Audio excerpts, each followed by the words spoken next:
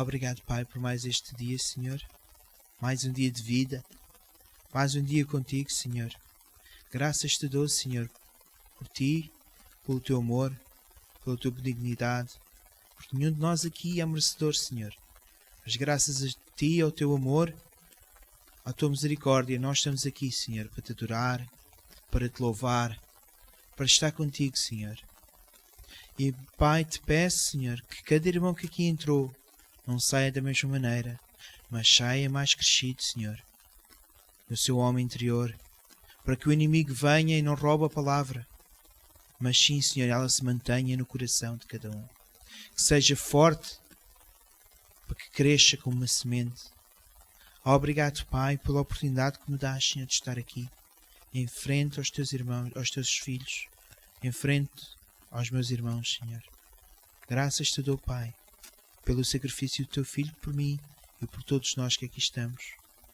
Graças a eles, Senhor, nós podemos chamar Pai, podemos estar contigo todos os dias. No nome de Jesus. Amém. Amém.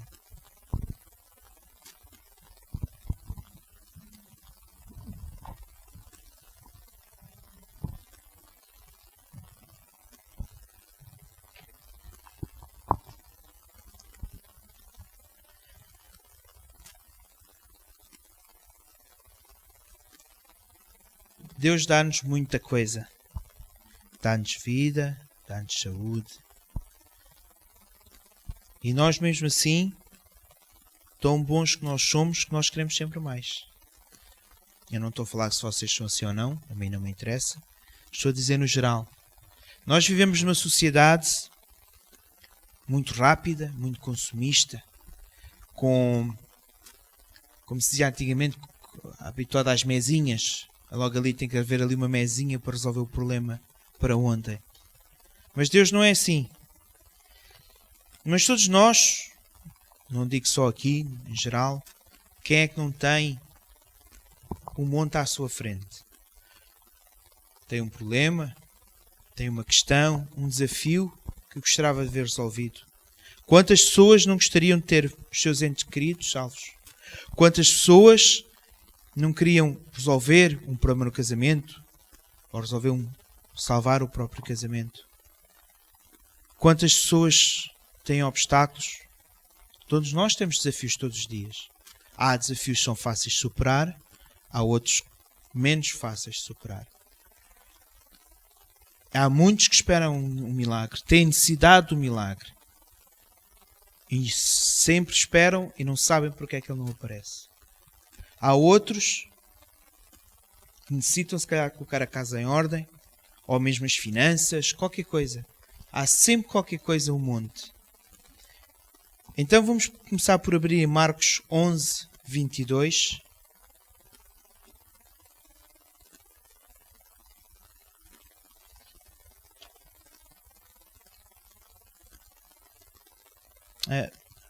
Sim, 11.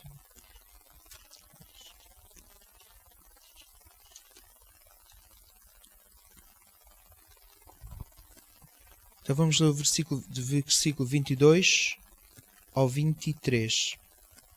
E Jesus respondendo disse-lhes: tende fé em Deus, porque em verdade vos digo que qualquer que disser a este monte: ergue-te e lança-te no mar, e não duvidar em seu coração, mas crer que se fará aquilo que diz, tudo o que disser lhe será feito.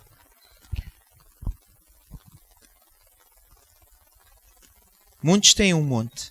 Muitos têm um monte. Uns acham que o monte é muito grande, outros acham que o monte é muito pequeno.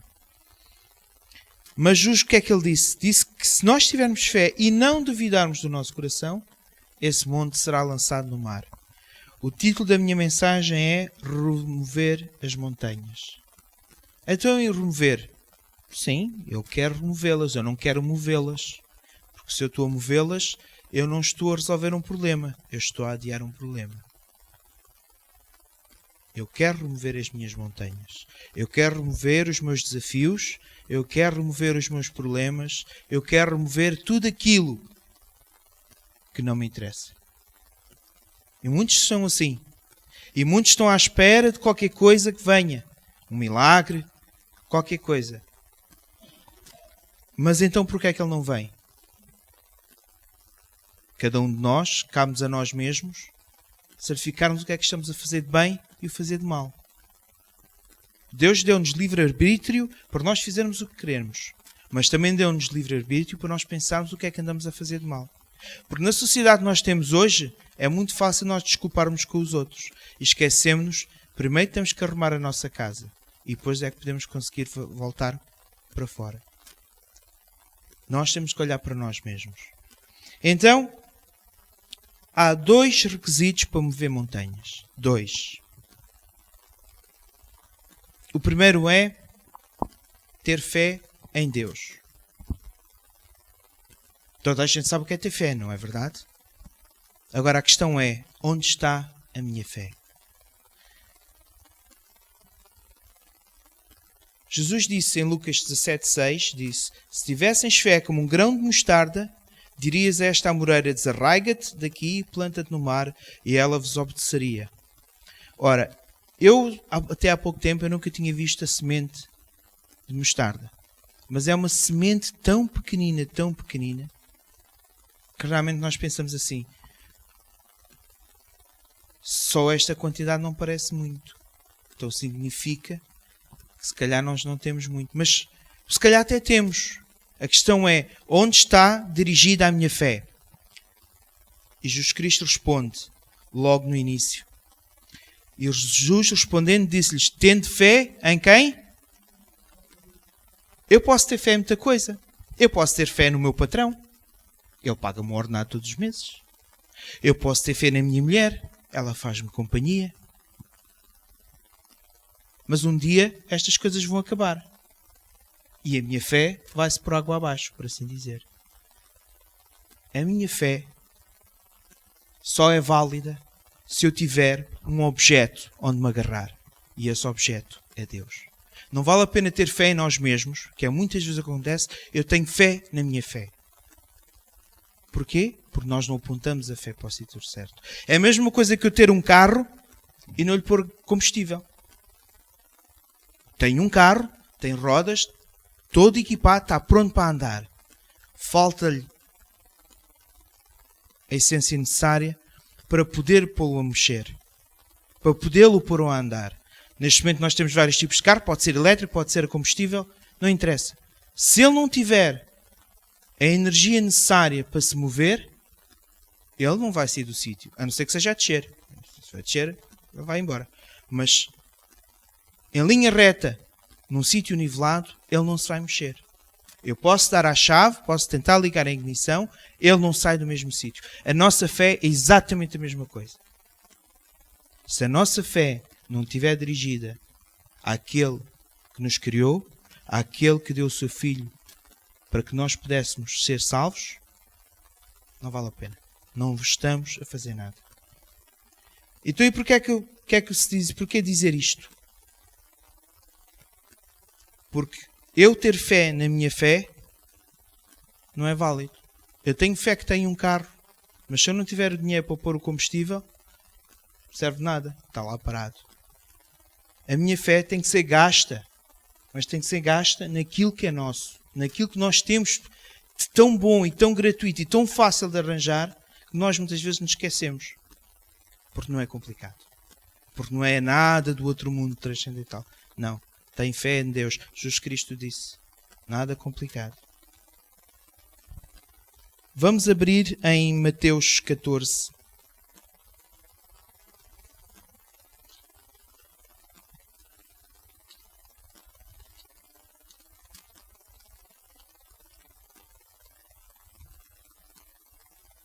E vamos começar a ler no versículo 25.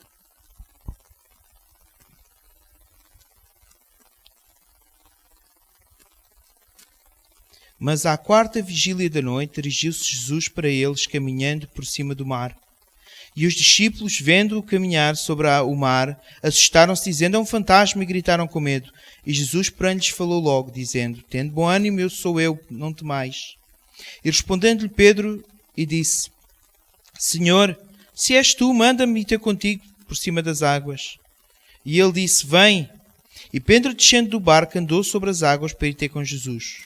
Mas sentindo o vento forte, teve medo e, começando a ir para o fundo, clamou dizendo: Senhor, salva-me! E logo Jesus, estendendo a mão, segurou e disse-lhe: Homem de pouca fé, por que duvidaste?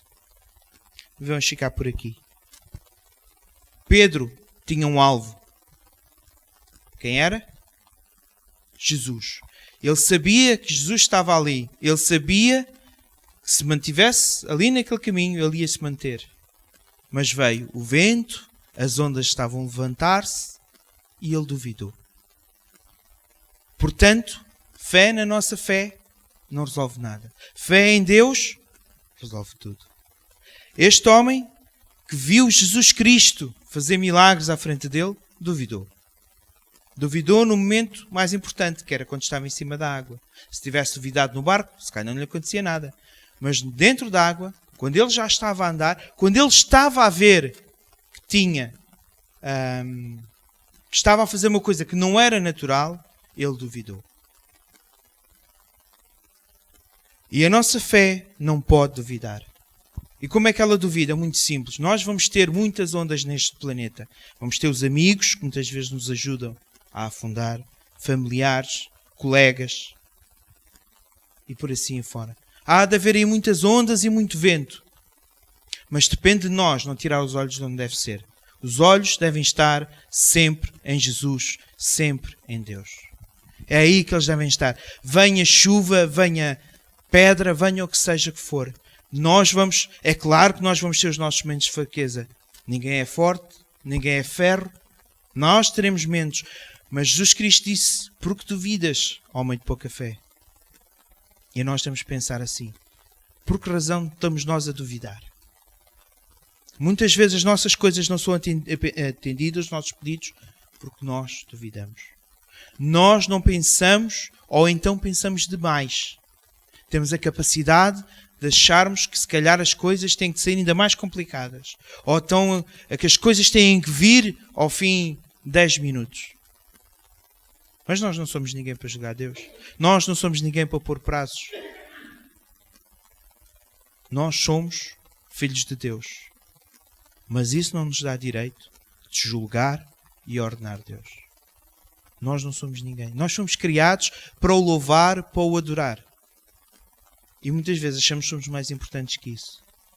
Não, nós somos os seus filhos e Ele sacrificou o seu bem mais precioso para nós estarmos aqui hoje e podermos adorá-lo e estarmos em comunhão com Ele de uma maneira diferente que era há muitos anos atrás. Nós temos tudo para termos sucesso. Só depende de nós. Amém? Portanto, a fé tem um propósito. E esse propósito é mover as montanhas. É desviá-las e destruí-las e não deixá-las no nosso caminho. Por isso Jesus disse: tenham primeiro fé em Deus. E depois falem com a montanha. Lança-te no mar. E terceiro, acreditar em nós que ela vai sair. Porque se eu disser, eu posso dizer, eu declaro que isto ou aquilo vai acontecer no nome de Jesus. Mas se eu não acreditar no meu coração que aquilo vai acontecer, continuo com a minha fé completamente dispar e completamente desapontada de onde devia de estar. Não é isso que Deus quer. Ele deseja que nós sejamos vencedores. Ele deseja que nós continuemos. Se nós formos ver um pouco, muitos daqueles que foram ter com Jesus Cristo, nem todos tinham fé. Havia uns quantos que não tinham. E havia muitos que tinham. Temos aquele centurião, que nem sequer era crente, e disse: se somente tu des uma ordem, isso se fará. Ele sabia que Jesus Cristo tinha o poder suficiente para isso, com uma palavra. Portanto, ele acreditou. Aquela mulher com o fluxo de sangue, ela disse: se eu somente tocar no vestido dele, eu sararei. Ela não confiou em mais nada. Ela não confiou em pedir, bastou dizer. Portanto, ela teve muita fé. Depois temos o caso contrário. Quantos foram os leprosos que se salvaram, que se foram curados, e quantos vieram ter com Jesus Cristo? Um veio ter com Jesus Cristo a agradecer. Todos os outros, assim que estavam como estavam, e Jesus Cristo disse: vocês vêm por mim, não pelo milagre, mas porque eu vos dei de comer. Viam um milagre na comida, mas não era isso que eles queriam ver. Eles queriam era ter a barriga cheia. E era isso que Jesus Cristo se entristecia com muitos deles. Porque não eram os milagres que ele fazia, não era o proveito que se podia tirar disso. E Deus não é nenhum proveito. E Deus não é para a gente ganhar dinheiro, não é para a gente sermos ricos, é sim para termos uma vida com Deus boa, estarmos aqui, dizermos assim, eu sou diferente das outras pessoas, eu sou um filho de Deus. Eu venço pela minha fé, onde quer que eu esteja. É isso que Deus quer. Portanto, se muita gente pensa que a igreja é um local para ganhar muito dinheiro, não é. É um local para nós adorarmos a Deus. É um local para onde nós nos devemos libertar de tudo o que é materialismo e pensarmos no que queremos fazer para que o nosso futuro seja melhor. Porque o nosso futuro não é aqui. E todos nós já sabemos que iremos todos, ninguém passará. Toda a gente vai passar pelo crivo de Jesus Cristo. Toda a gente vai ser julgada. Independentemente de se estar salvo ou não. Toda a gente vai ao julgamento. E aí, toda a gente vai ter que saber, terá que responder por aquilo que fez ou deixou de fazer.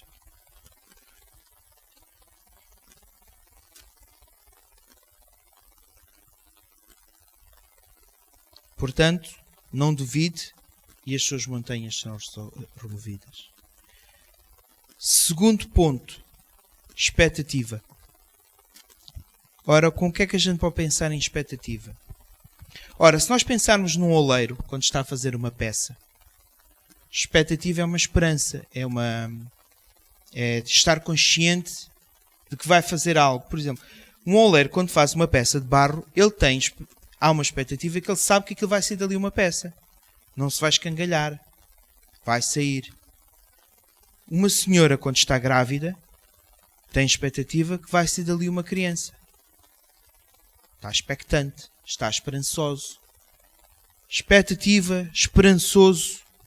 Tudo isso é aquilo que Deus quer.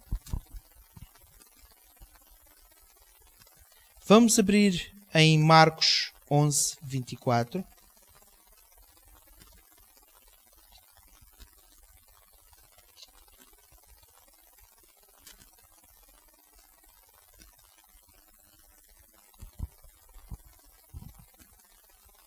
E disse Jesus: por isso vos digo, tudo o que pedirdes orando, crede que o recebeste e tê-lo-eis. Então, para eu remover a minha montanha, eu primeiro tenho que ter fé em Deus, depois não posso duvidar e terceiro, eu creio que ela irá ser movida.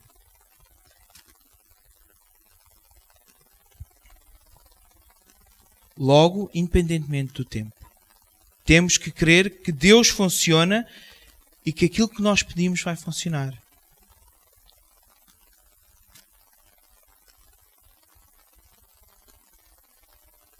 Não há qualquer outra diferença. Ah, não, mas é preciso ser assim. É exatamente assim. A fé funciona com crenças.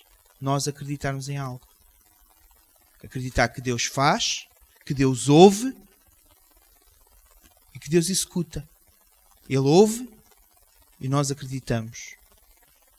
E nós voltamos a acreditar que Ele vai fazer. E Ele vai fazer. E assim sucessivamente. Portanto, ser expectante, podemos dizer que envolve 3 partes da pessoa, ou 3 emoções. Envolve as emoções da pessoa em si, porque ela deseja. Envolve a sua vontade, porque ela pede. Envolve o seu espírito, porque ela acredita. 3 pontos que nós temos que crer. 3 pontos. A pessoa deseja, a pessoa pede e a pessoa acredita.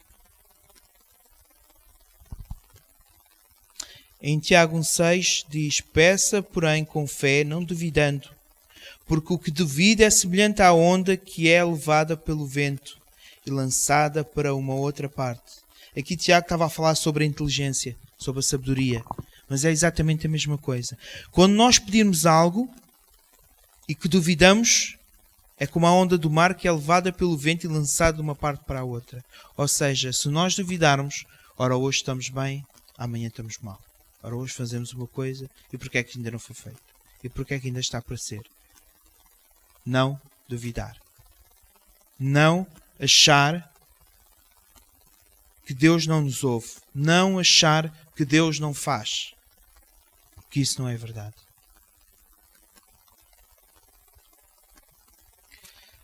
Vamos um bocadinho mais à frente e vamos a Lucas 10, por favor.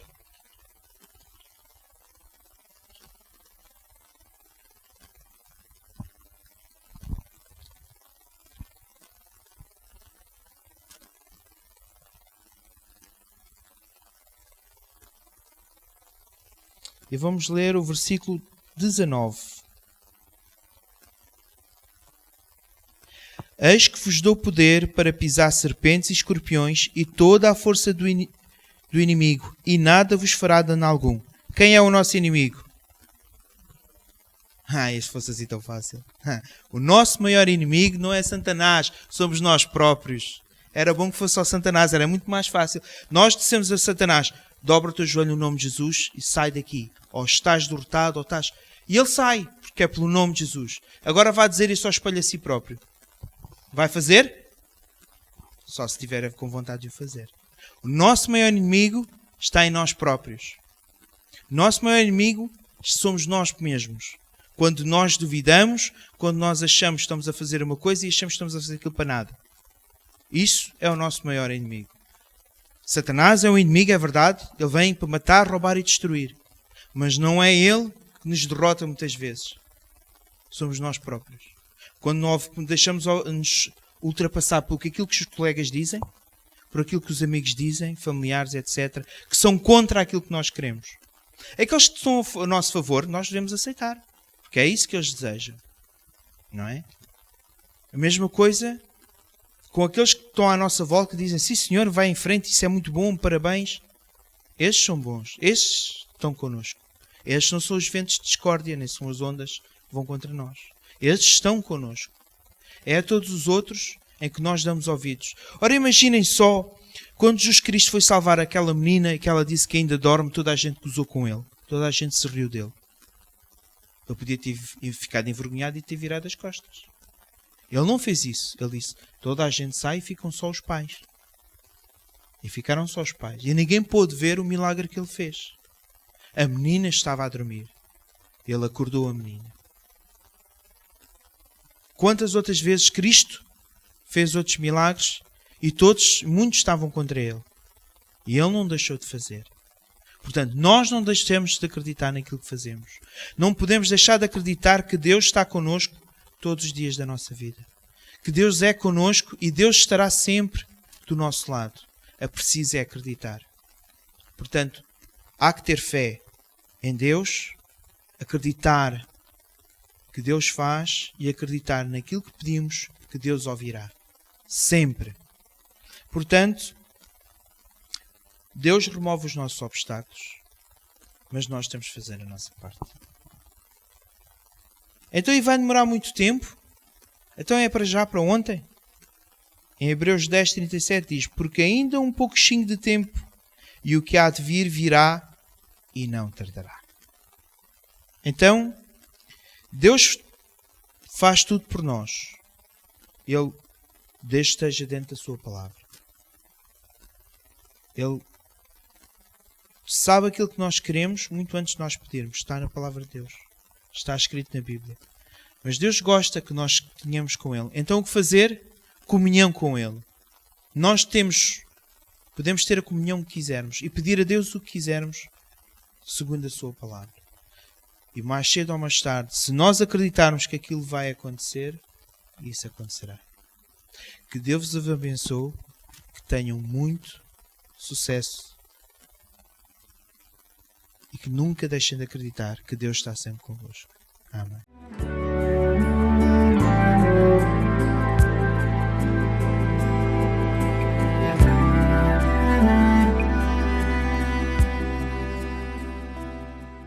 Isaías, capítulo 53.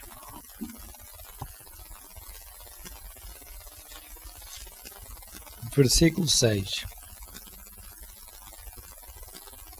Todos nós andávamos desgarrados como ovelhas, cada um se desviava pelo seu próprio caminho. Mas o Senhor fez cair sobre ele a iniquidade de todos nós, de nós todos.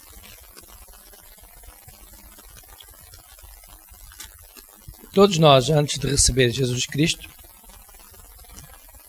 nós estávamos debaixo das maldições. Jesus veio para nos redimir dessas maldições. Que tipo de maldições? As maldições que nós estávamos sujeitos por causa do estilo de vida que a gente tinha. Claro que um cristão hoje não faz aquilo que fazia antes de ser cristão. Podia até ser uma pessoa que fizesse muito mal, ou uma pessoa que andasse em guerras ou contendas, mas se calhar era idólatra. Podia gostar de imagens, de escultura, podia reverenciar as imagens. E por causa disso, a maldição estava sobre as pessoas. Então, Jesus Cristo já nos resgatou. E se Ele nos resgatou, é sinal que nós não precisamos estar mais debaixo dessa maldição. Mas a maldição continua. Ela anda por aí.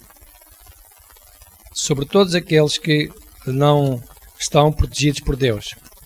Então abram lá em Gálatas capítulo 3, no Novo Testamento.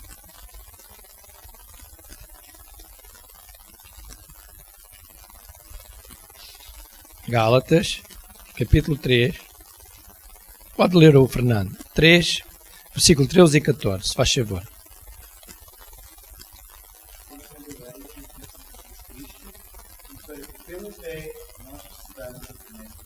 Amém. Então, há bocadinho nós lemos em Isaías 53, versículo 6, que todos nós andávamos desgarrados como ovelhas, cada um se desviava pelo seu próprio caminho. E Deus fez cair sobre ele todos os nossos pecados. E agora aqui, o São Paulo diz que Cristo já nos resgatou dessa maldição. Então nós que somos cristãos, que entregamos a nossa vida a Jesus Cristo, não precisamos estar a viver debaixo dessa maldição, porque Jesus já nos resgatou. Por isso nós podemos declarar as bênçãos de Deus. Em Deuteronômio 28. Só pode declarar a bênção de Deus quem está debaixo da bênção de Deus. Quem não estiver debaixo da bênção de Deus, bem pode clamar a Deus. Mas porque não está lá debaixo da proteção de Deus, então não funciona. Embora Deus seja misericordioso, há que ter em atenção que nós devemos praticar a palavra de Deus. Então, capítulo 28 de Deuteronômio, e versículo 2 diz assim: E todas estas bênçãos virão sobre ti e te alcançarão. Diga, e todas estas bênçãos virão sobre mim e me alcançarão. Então, todas as bênçãos, sejam elas quais forem, aquelas que nós necessitamos para a nossa vida, elas virão sobre nós e diz que elas nos alcançarão. Nós temos ouvido dizer sempre que Deus nunca desampara o justo. Então, se nós praticamos a palavra de Deus, formos justos e sinceros diante de Deus, Deus nunca nos vai desamparar. Além de estarmos resgatados das maldições, também diz que Deus nos vai abençoar sempre. Então, vamos preparar as nossas ofertas e vamos trazê-las à casa do Senhor.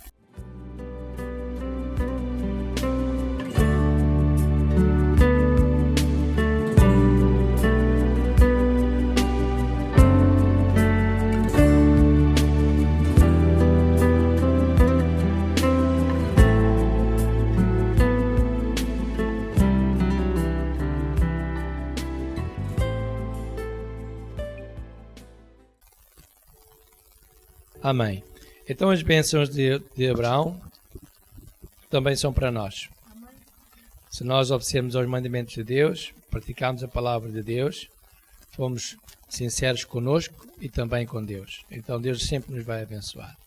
Então diga, Pai nosso, graças te dou por me abençoares com toda a sorte de bênção. Obrigado, Senhor, por me teres resgatado de toda a maldição. Te agradeço, Senhor, por essas bênçãos que me alcançam todos os dias. Graças te dou, Senhor, por essas promessas que se cumprem em minha vida, em minha casa, na minha família e também, Senhor, na minha saúde. Graças te dou, Senhor, por toda a sorte de bênção. Obrigado, Senhor, que nunca falte o pão na minha mesa, nem falte, Senhor, a tua bênção, onde quer que eu esteja. Obrigado, Senhor, porque tu és bom, eu confio em ti e nas tuas misericórdias. Oro, Senhor, que não me deixes perder a minha salvação. Guia os meus passos, Senhor. Guia-me, Senhor, para que eu não me desvie de ti. Em o nome de Jesus Cristo.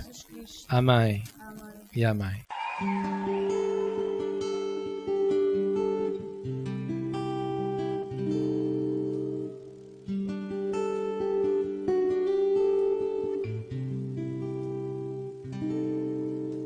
Os anos que passaram e eu chego à conclusão. Vou cantar este louvor para abençoar teu coração. E quando olho para trás e vejo que hoje eu estou de pé, só para me lembrar quão bom tu és, só para me lembrar quão bom tu és. Como posso eu esquecer, sempre que me deste a mão, os caminhos que abriste no meio da aflição? Contigo eu não tenho medo, estou seguro, eu tenho fé, pois eu sei que tu és bom, quão bom tu és, pois eu sei que tu és bom, quão bom tu és, quão bom tu és, Senhor Jesus, quão bom tu és, Senhor Jesus. Teu amor não tem fim, tu és tudo para mim. Teu amor não tem fim, tu és tudo para mim. Tu és Senhor, tu és tudo para mim. Mano. Salva de palmas.